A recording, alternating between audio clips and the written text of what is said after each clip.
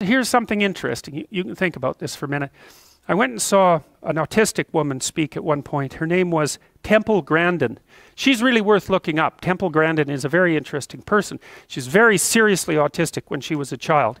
But her mother and her worked her out of it so that she could be, she's very functional. She works as a professor, I don't remember where, it's in the Midwest somewhere.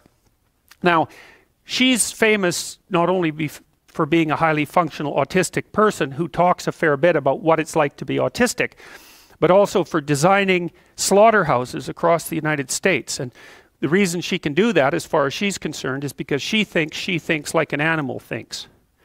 And so she doesn't, and she's identified maybe at least part of what the core problem is with autism. So the talk I heard her at was in Arizona, and it was a really an entrancing talk. She showed some really interesting pictures of animals. So what she's done is she's redesigned slaughterhouses so that when the animals enter the slaughterhouse, they go in like a spiral, basically. They can't see what's around the corner, and the walls are high so they're not distracted by anything outside. So one of the things she showed, for example, was a bunch of cows going through a standard sequence of gates, essentially. And off to the side there was a windmill spinning, and the cows would stop because the windmill, they didn't understand what the windmill was, and they'd stop. Or showed other pictures where cows were going down a pathway too, and there was a Coke can sitting in the middle of the pathway, and the cows would all stop because they didn't know what to do with it. Or she had another picture of cows out in the middle of the field, all surrounding a briefcase, and they were all looking at the briefcase. And the cows didn't like anything that shouldn't be there and had a hard time mapping it. Now she said, here's a little exercise she did. She said, think of a church. Okay, so maybe you imagine a child's drawing of a church. Eh? It's like your standard house, like a pentagon, right? Which is basically how children draw the front of a house, with a steeple on top and maybe a cross on top of it or something like that, which actually isn't at church. It's an icon of a church.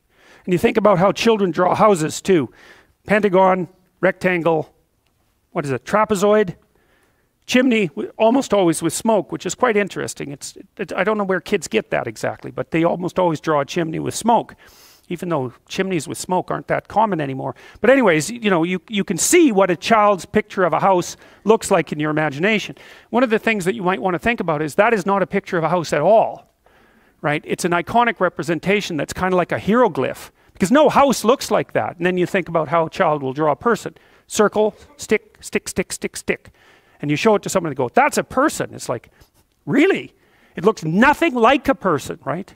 I mean, you immediately recognize it as a person, but it looks nothing like a person. Well, what Grandin said was that when she thinks of a church, she has to think of a church she's seen.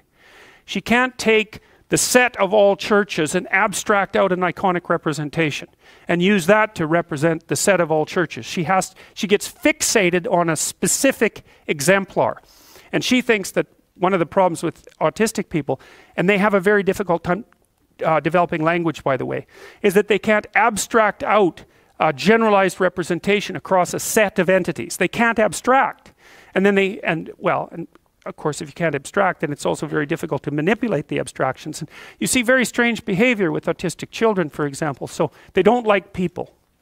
And that's because people don't stay in their perceptual boxes. Like a human being is a very difficult thing to perceive because we're always shifting around and moving and doing different things. Like we don't stay in our categorical box. So autistic people have real trouble with other people.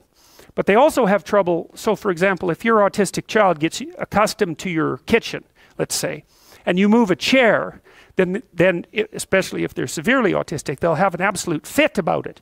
Because you think kitchen with chair moved. They think completely different place.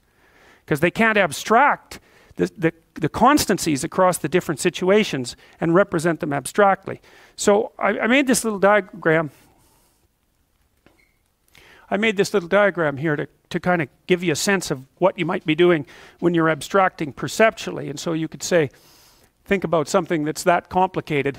It's sort of my model of how complex the world is, but the world is a lot more complex than that. But the world is made out of, everything is made out of littler things, and those littler things are made out of littler things, and so forth. And those things are nested inside bigger things, and so forth. And where you perceive on that level of abstraction is somewhat arbitrary. It has to be bounded by your by your goals. That's the other thing, is that your perceptual structures are determined by the goals that you have at hand. I mean, some of that's not completely true, because your perceptual systems also have limitations, right? There's things you can't see or hear even if you need to.